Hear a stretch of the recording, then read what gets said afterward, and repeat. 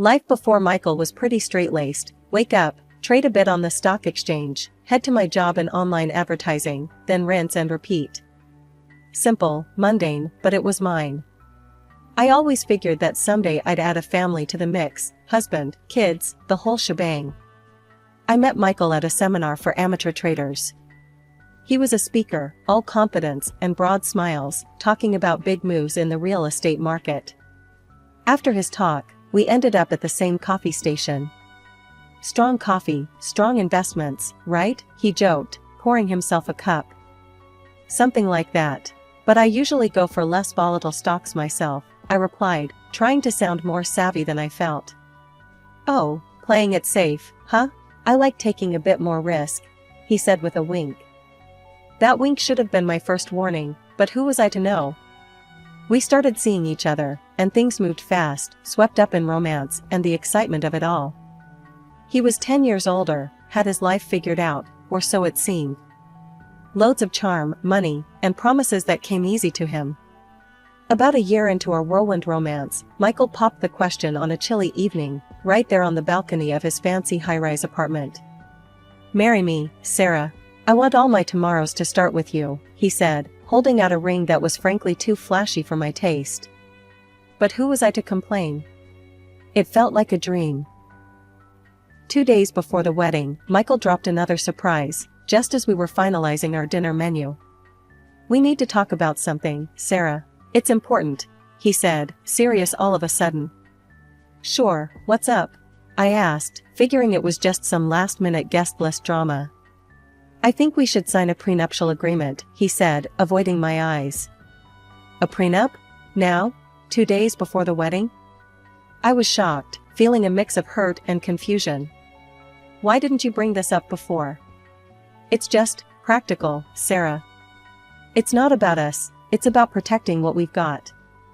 You know, just in case.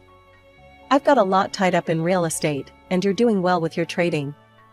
It's just standard stuff. My lawyer drafted something up. He says it's pretty standard, protects both of us." His casual dismissal stung. "Standard for who, Michael? Your lawyer? I don't even have one."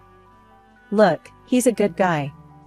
He'll take care of everything, even talk you through it." "On me, of course. I'll pay for it," he added quickly, as if that would smooth everything over. I remember standing there in his kitchen, feeling like a complete outsider in what was supposed to be my future home, with my future husband who suddenly seemed like a stranger. But I was too deep in, too embarrassed to call anything off, and honestly, too scared to start over. So, I caved. "Fine. Let's just get this over with," I muttered, feeling a mix of defeat and anger boiling inside. "Great, I'll set up a meeting for tomorrow. You'll see, it's all standard stuff," Michael assured me, but his reassurances felt hollow. The next day, his lawyer, a slick guy named Ron, walked me through the document. "It's all very straightforward," Ron assured me, flipping through pages that might as well have been written in another language. "You keep what's yours, he keeps his. Clean and simple." Clean and simple, right. If only I knew then just how complicated things would get. After the whirlwind of the wedding, which honestly was more of a blur of faces and congratulations than anything, Michael and I settled into what you could call married life. But even that felt more like living with a charming roommate than a husband, what with all the terms we'd signed off on. Michael's life was a series of business calls and trips. "Gotta keep the wheels turning, Sarah," he'd say, kissing my forehead before jetting off to some city or another. I mostly stayed back, working from home, trading stocks like it was my lifeline. It wasn't the family life I'd pictured, but then again, what was? His business was booming, and my trading wasn't doing too bad either. But whenever I brought up maybe putting my earnings into buying a place for me, Michael had his own ideas. "Hold off on that, babe. I'm eyeing a new property, could use a bit more liquidity," he'd say, always planning the next big purchase. One evening, he came home more stressed than usual. "Market's brutal, babe. Got a loan coming up due that I totally spaced on," he admitted over a too-late dinner. "Can't you roll it over or something?" I asked, trying not to sound too concerned. "That's the kicker. It's tied up with my other assets. Bit of a cash flow snag," he explained, sounding tired. Suddenly he remembered my savings, the ones I'd been hoping to put towards a house, maybe start that dream family. You could help, he said slowly. I mean, it'll ease the snag. Michael looked at me then pleadingly, really looked at me, and for a moment, I thought I saw the man I'd fallen in love with. Okay, I'll do it. What's mine is yours, I said, echoing the words he hadn't exactly said but had implied in so many ways. Right, of course, babe. It's just until this thing smooths over. I'll pay you back, he promised, reaching over to squeeze my hand. I nodded, feeling a mix of apprehension and love. Love because I believed in us, in him. Apprehension because, deep down, I knew money and love were a messy mix. Days turned into weeks, and those weeks into months. Michael's promises of repayment became as frequent as his business trips, mentioned but never fulfilled. Our conversations about it were circular, always ending with him kissing my forehead and promising, soon, babe, soon. And me? I believed him every time. Or at least, I wanted to. Because confronting the truth, that this was becoming less of a marriage and more of a business arrangement, was a reality I wasn't ready to face. The arrival of our son, Jack, was supposed to be the happiest time in our lives, but it quickly turned into one of the most challenging. Michael was often away on business trips, leaving me to juggle the baby, household duties, and my own work. I wasn't just riding the emotional roller coaster of a new mom, I was doing it pretty much on my own. One evening, after a particularly grueling day of balancing Jack on my hip while trading on my laptop, I broached a topic that had been weighing on me. Michael, I was thinking, maybe we could get a little help? Like a nanny? I suggested tentatively over dinner. Michael, who had just returned from a trip to Chicago, looked up from his plate, eyebrows raised. A nanny? Sarah, come on, we agreed you'd handle home stuff. Jack needs his mom, not some stranger. But I'm also trying to work, Michael. The trading doesn't just happen by itself, and it's our livelihood too, I countered, feeling the frustration bubble up inside. You're doing fine. What, you want a medal for doing what you're supposed to do? His tone was dismissive, and it stung more than I expected. You knew what you were signing up for. I'm out earning, you're home with the kid. We're both doing our parts, right? As weeks turned into months, the financial strain began to show. Michael stopped transferring money to our joint account, leaving me to handle all the expenses, the taxes on the house, the car payments, groceries, clothes, everything for Jack. It wasn't just the physical toll, the financial juggle was becoming a nightmare. One night, after paying the latest batch of bills and realizing my account was running dangerously low, I confronted Michael. He had just come back from another trip and was in a surly mood. Michael, the joint account is dry. I had to use my savings to cover everything these last few months. When can you transfer some money? I asked, trying to keep my voice steady. He scoffed, tossing his keys on the table. Oh, come on, Sarah. You live in my house, drive my car, and you're still complaining? You should be grateful. Grateful? Michael, I am managing everything here while you're gone. I'm not asking for thanks, but I need support, I said, my voice rising in frustration. Look, I'm dealing with a lot right now. The business needs every penny. You're not the only one with pressures, Sarah, he retorted before heading off to the shower, effectively ending the conversation. It was clear I was on my own. I couldn't rely on Michael, I needed to ensure financial security for myself and Jack. That's when I threw myself into stock trading more seriously. Each day, after Jack fell asleep, I'd stay up, researching and making trades. Slowly, my account began to grow, bolstered by a series of successful deals. Keeping this a secret from Michael felt wrong, but necessary. He had made it clear that his money was his. Well, mine would be mine. I set up a separate account he didn't know about, moving my trading profits there. It was the only slice of independence I felt I could cling to. Jack was growing up fast, and with him, the daily logistics were becoming more complicated. The old car we had was barely hanging on, not nearly spacious enough for his stroller and all the paraphernalia that seemed necessary whenever we stepped out the door. One morning, while Michael was sipping his coffee and scrolling through his phone, I brought up the topic. "I need a new car, Michael. The trunk in this one just isn't cutting it for Jack's stuff." He didn't look up from his screen. "And you're telling me this why? Planning to make me pay for it?" "No, I've got it covered. I've been saving up from trading," I replied, trying to keep my voice even. That got his attention. His eyes narrowed as he put down his phone. "Oh, you've got money, huh?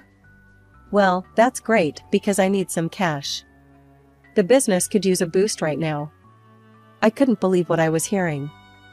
"Again with the money? What about the money I lent you before? You promised to pay that back, and you haven't. I need a car for Jack, not to sink more into your endless business needs." He shrugged, a smirk forming. "Business is what keeps us living in style, Sarah. You should know that by now. Help me out, and I'll get you a new car later." I stood my ground this time. "No, Michael, no more. I need to take care of our son. I'm buying the car with or without your help." For a moment, he looked shocked, like he couldn't believe I was defying him. Then his expression hardened. "Fine, how about this? If you're so set on this path, maybe we shouldn't be together. You want to split? Because trust me, you won't get a dime in the divorce. Remember that prenup you signed?"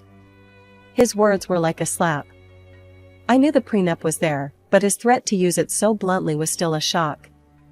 "If that's how you see our marriage, then maybe a divorce is the best thing," I said quietly, the reality of our crumbling relationship hitting me all at once. "Fine by me. But remember, you leave with what you came with, nothing. And you'll need to find a new place to live. Consider this your 3-day notice," he said coldly, pulling out a drawer and tossing the prenuptial agreement on the table between us. I glanced at the document, the unfairness of it all burning in my chest. "You think you can just throw me and Jack out like we're nothing? I've been here through everything, supporting you, never asking for anything more than what I put into this family." He laughed, a harsh sound that echoed in the empty room. "You think any of that matters? I've got the best lawyers. Don't try to fight me, Sarah. You'll lose. And don't think about taking anything from here, or I'll sue." Packing was a blur of tears and determination. I collected mine and Jack's belongings, leaving behind everything that Michael could claim as his. I wasn't going to give him any reason to come after me legally. The apartment I found was small, but it was ours, and it was close to Jack's kindergarten, which made life a little easier. Every day, as I walked him to school, I felt a bit more grounded, a bit more like I could do this, raise my son and rebuild our lives. The stock market became my sanctuary and my battlefield. I traded with a ferocity born of necessity, the need to provide for Jack and keep us afloat without any help from Michael. Nights were the hardest, after Jack went to bed and the world quieted down. That's when the doubts and the loneliness crept in. But every time I wanted to give in to despair, I'd look at the numbers climbing in my account, and I'd find the strength to keep pushing. Divorce proceedings were as cold and swift as Michael's farewell. The prenuptial agreement held up, leaving me with nothing but child support, which was a pittance compared to what Michael made. He fought dirty, too, throwing around threats to take Jack if I pushed for any of the money I'd lent him for that so-called urgent loan.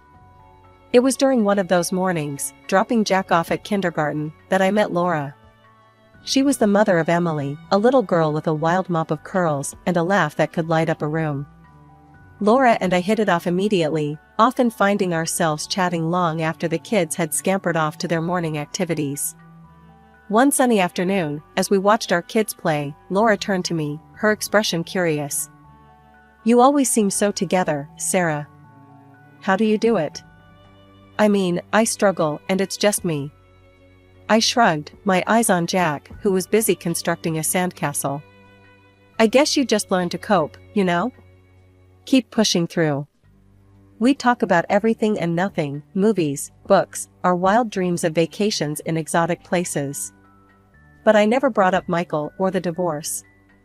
That part of my life was locked away, a chapter one was determined to close. One day, as we watched Jack and Emily scramble up the steps of a slide, Laura nudged me gently. You know, if you ever need to talk about anything, I'm here. Us single moms have to stick together. I smiled, the warmth from her offer spreading through me. Thanks, Laura. That means a lot. After a particularly good day on the stock exchange, I felt a rare surge of optimism. Maybe it was the adrenaline from the win, or maybe I just needed a change of scenery from the usual routine. Whatever it was, I called up Laura and suggested dinner at a new restaurant downtown. Sounds like a celebration is in order. What's the occasion? Laura asked as we settled into our seats at the chic, softly lit venue. Just a good day at work, I replied, trying to keep it casual, but inside I was buzzing. It felt like things were finally looking up. As we sipped on our drinks and chatted about mundane things like kindergarten antics and weekend plans, I felt the weight of the past months lighten a bit. But just as I was beginning to relax, a familiar voice chilled the air around us. Well, if it isn't Sarah. Looking a bit rough, aren't we? Michael's voice was unmistakable. I looked up to see him standing there, smirking, with a woman clinging to his arm. I felt my face flush, a mix of embarrassment and anger. Michael, I greeted stiffly, wishing the earth would swallow me whole. And this is Vanessa, my fiancée. Isn't she just stunning? Vanessa gave a tight-lipped smile, eyeing me up and down with thinly veiled disdain. Yes, Michael always did have a taste for, well, never mind. Nice to meet you, Sarah. Michael leaned in, lowering his voice, though not his malice. Seriously, Sarah, you look like you've aged a decade. What happened to you?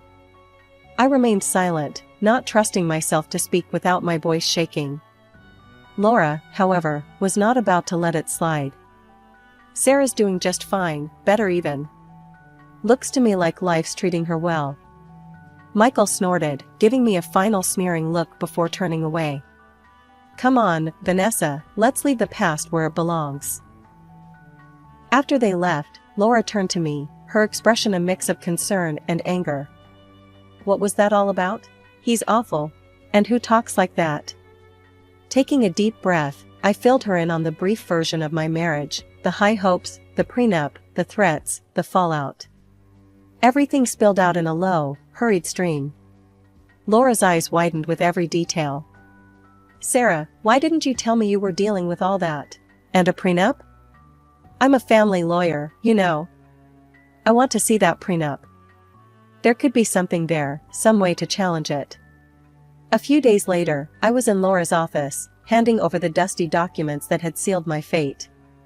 She pored over them with a furrowed brow, her pen flying over the pages as she made notes. Sarah, there are several issues here, she finally said, looking up from the papers. First, this was signed too close to the wedding. It's a pressure tactic. Second, you didn't have independent legal advice, which is huge. And third, he didn't disclose all his financial obligations, like that loan you ended up covering. That's misrepresentation. My heart raced as she laid out each point.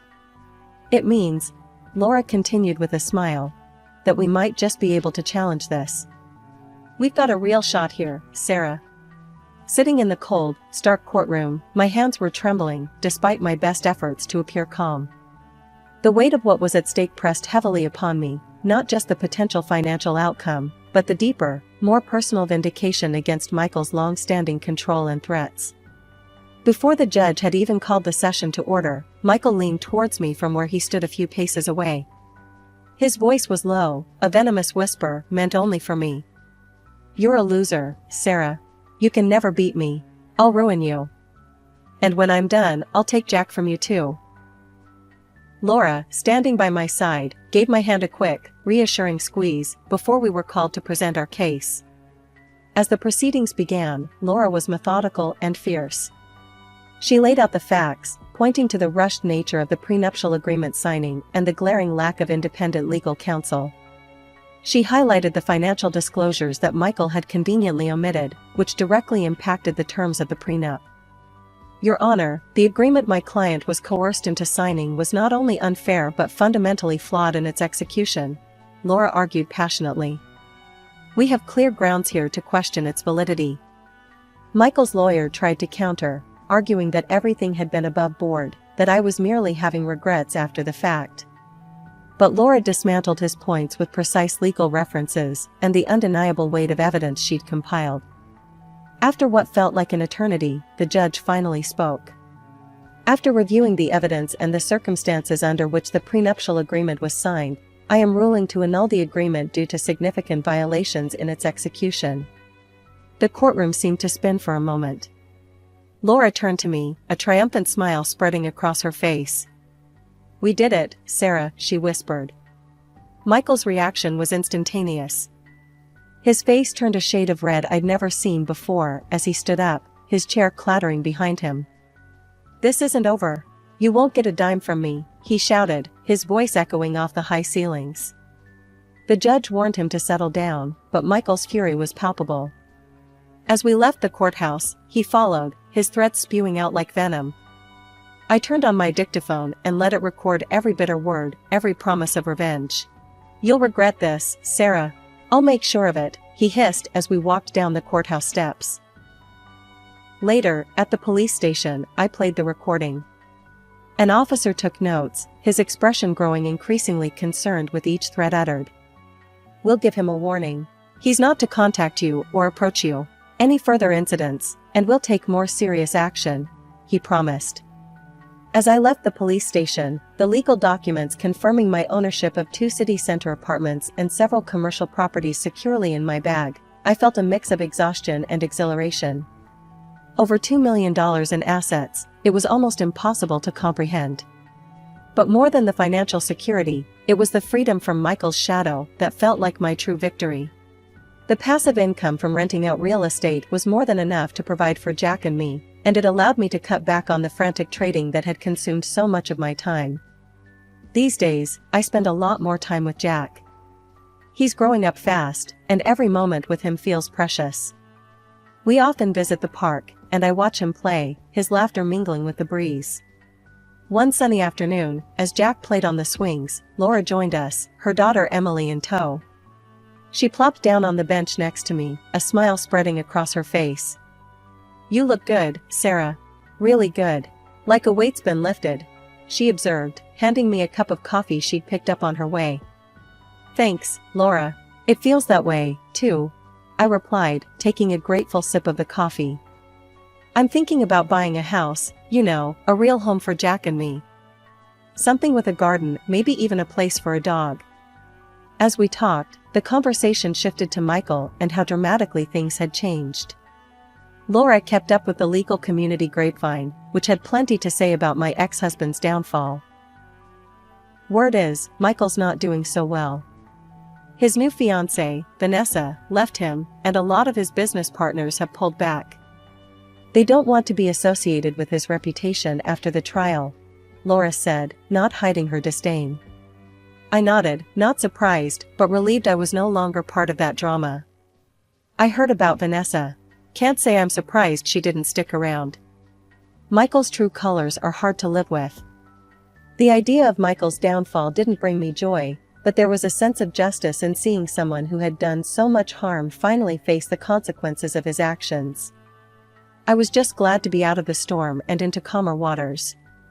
Our conversation drifted to lighter topics, upcoming school events, vacation plans, and community activities. Normal life stuff, the kind I had longed for during all those tumultuous years. Later that day, after Emily and Laura had left, Jack and I walked home, his small hand in mine. "Mom, can we really get a dog?" he asked, his eyes wide with hope. "Yeah, buddy, we can." I smiled down at him. "We'll have a big yard for him to play in, and you can help pick him out." Jack's excitement was infectious, and as we talked about what kind of dog we might get, I felt an overwhelming sense of gratitude for the new life we were able to build. It was a far cry from the uncertainty and strife of the past years. I no longer looked over my shoulder, worried about what Michael might do next. Instead, I looked forward, to house viewings, to Jack's laughter filling a home that was truly ours, to new memories made in a garden under the sun, and to the simple joy of picking out our new dog.